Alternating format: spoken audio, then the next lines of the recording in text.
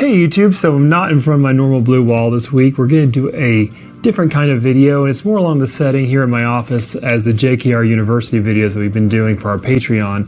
But I thought this would be a really interesting topic.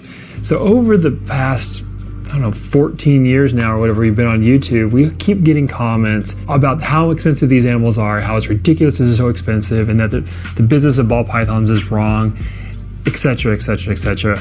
And so I thought it'd be really interesting to actually explore why ball pythons are so expensive, why some of them are, and why now some of the morphs are so inexpensive. We're going to kind of dive into the world of the business of ball pythons and just understand what is the governing factors for the pricing.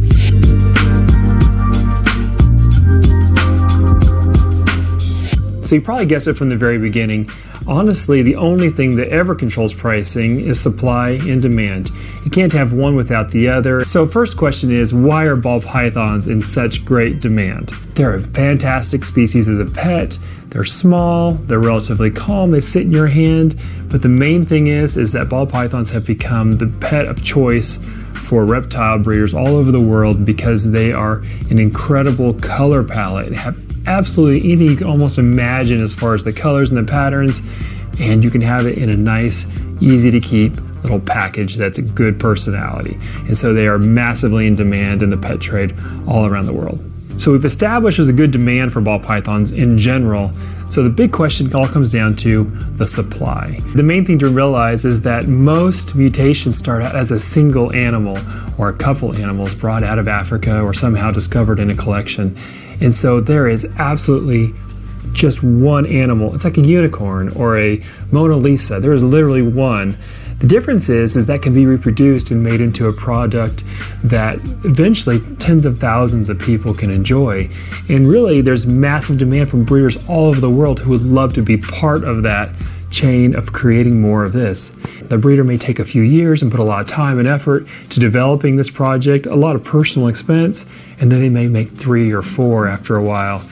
And suddenly there's massive demand for those 4, and so that breeder is highly incentivized to create a price that is reflective of the amount of demand and how hard they are to make, and make sure they make their money back and is well compensated for their time in making these in the beginning. So a real world example of how this works would be the Dreamsicle project.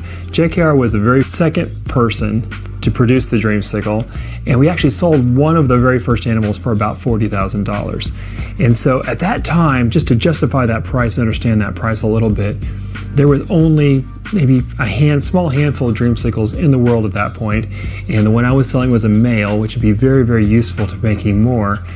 Plus, there was a massive, massive demand for that project. It was absolutely one of the pinnacle ball python projects at the time and there was not so much variety like there is now.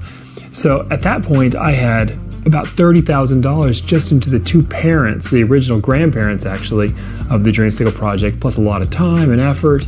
And making that Dreamsicle and selling that Dreamsicle was a chance for me to justify all that price plus the massive demand. There was literally a dozen people who would have given me $40,000 for that animal at that time. So it was massive demand. As the price began to fall in that project, we found that the demand grew each time. So later on, when the Dreamsicles became about $20,000 each, I was able to sell 4 or 5 or 6 of them in 1 year. And there was literally dozens and dozens of people asking me for them. As they got down to 10,000 and 5,000 each, we could sell 100 of them a year. If we could possibly make 100, which we can't at this point. You see how as these difficult mutations, as they become more and more common, the price falls, but the demand also grows exponentially because that price point falls in the range of more and more people. Another example would be the Pompeii, which of course is one of the high-profile JKR snakes that we released in the last few years.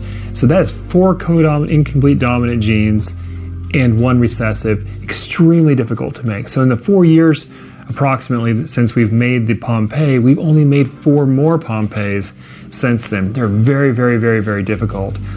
Contrast that with the fact that literally I'll get 1,000 inquiries a year on that project and people wanting to make that project. And so you see that the supply is nowhere near the demand, and the only way the supply will ever meet the demand is by selling these animals to other breeders who will then take and put them into their collection and keep working the projects. So eventually, I don't know if you'll ever see a Pompeii in Petco, but eventually it'll come down to a price that is very, very affordable, and there'll be some other crazy peak ball python combo that people will aspire to make someday and will also command those prices. So those are two kind of descriptive examples of complicated mutations, but now we're looking at a simple one. It does start pretty high, but it has a much faster trajectory downwards because it's so simple to make, and that would be a banana or a coral glow. Those, back when they started really hitting the market, they were running between $30,000 and $50,000 each. And they were very, very, very expensive and very desirable because it was one of the most impressive single gene ball python mutations ever found. It's absolutely incredible. But what we found is that they're also very, very, very easy to make because it's a simple process. You can breed a banana coral glow to anything and make half of them will be coral glows or bananas. So the process by which many more of those were made was much faster. Therefore, the price kept getting cut in half and cut in half. And now suddenly, just about 10 years later, here we are, and they are in Petco's and PetSmarts and your local pet stores because the supply was able to get close to the demand relatively quickly. Where these other mutations, it's going to be decades before we ever see that supply really come down to that pet trade level. So that's just a little bit of an explanation for why ball python prices are so high. And if you're into business and you understand the market, you understand that that explanation is not any different than any other industry in the world. The difference is that we're selling essentially the means of production to each additional breeder. And so it's a little different in that sense than just selling an item. It adds a little bit of a wrinkle to it. And actually, if you go on my Patreon now, if you're a Patreon member, I'm going to do a video now kind of explaining that side of it a little bit and how it differs from the standard business model. So thanks for watching. I hope this is a helpful video. Be sure to come back Friday for another vlog. We're going to look at some really cool stuff that hatched. As always, like and subscribe, and we'll see you next week.